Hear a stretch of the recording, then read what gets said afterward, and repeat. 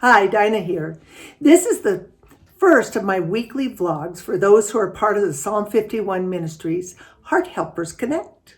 I've been in the pro-life movement since before Roe v. Wade. You know, my mom created the little precious feet, the international pro-life symbol. But I have always been involved in ministering to unwed moms, runaways, homeless women, and women in crisis for most of my adult life. For 6 years, my husband and I took unwed moms 3 at a time into our home. We put a trailer on the side of our homes, and it sort of served as a bedroom as ours were full with our 4 children. I also started and directed pregnancy care centers, maternity homes. In the early days, I was what you would describe as a mama big love. I just wanted to love on the girls, and they would respond and change, and everyone would be happy, right? Well, it didn't take me long to figure out that there were times I was in over my head. Add a lack of boundaries and a bit of a savior complex, and you can guess that there were problems. Fortunately, I'm tenacious and I do learn from my mistakes, so I hung in there and did some serious self-evaluation and changing. Looking back, I realized how much I didn't know that I wished I had been taught. That's why I'm starting with this series, When You Know You're In Over Your Head. There are character and personality disorders that are beyond our expertise and abilities. I often wonder what God does with those who are so damaged and locked into a disorder such as this one that they cannot connect with their need for a Savior. Fortunately, I don't have to answer that.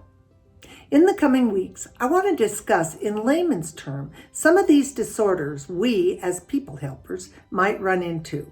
This isn't for the purpose of diagnosing, of course, but if you recognize the behavior of someone as more than rebellion or anger, you may save yourself and others a great deal of pain.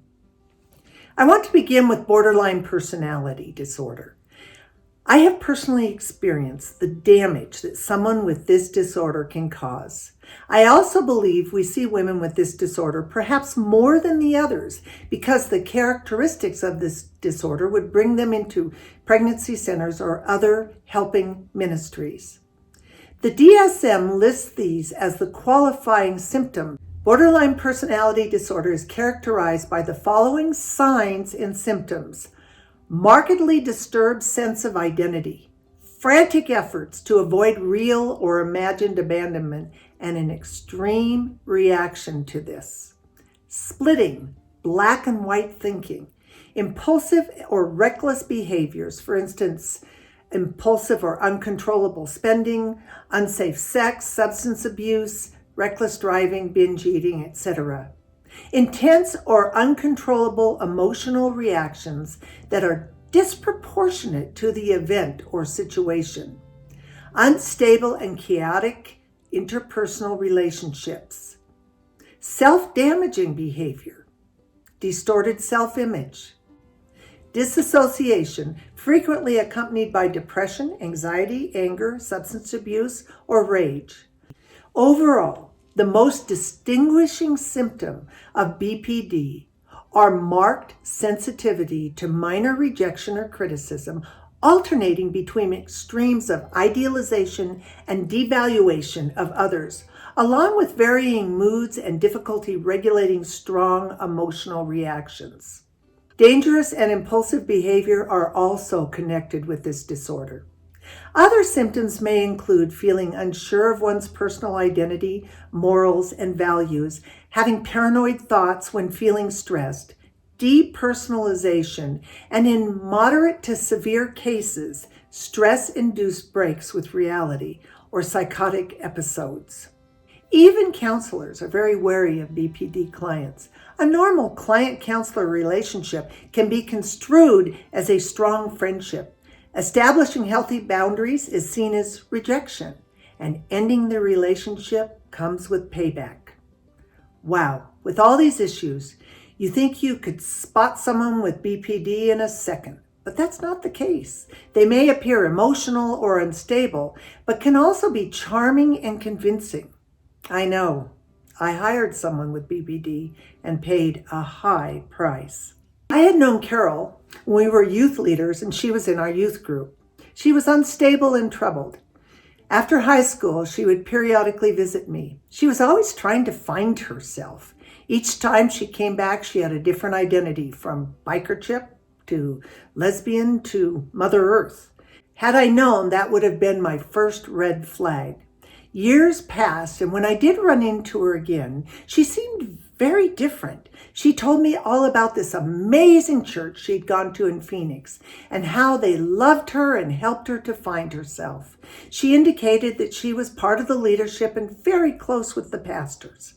She then asked to volunteer at the center, and I said yes, and then went on to hire her. As Christian women who have a heart for others, witnessing people change and believing that it's real is just something that we do.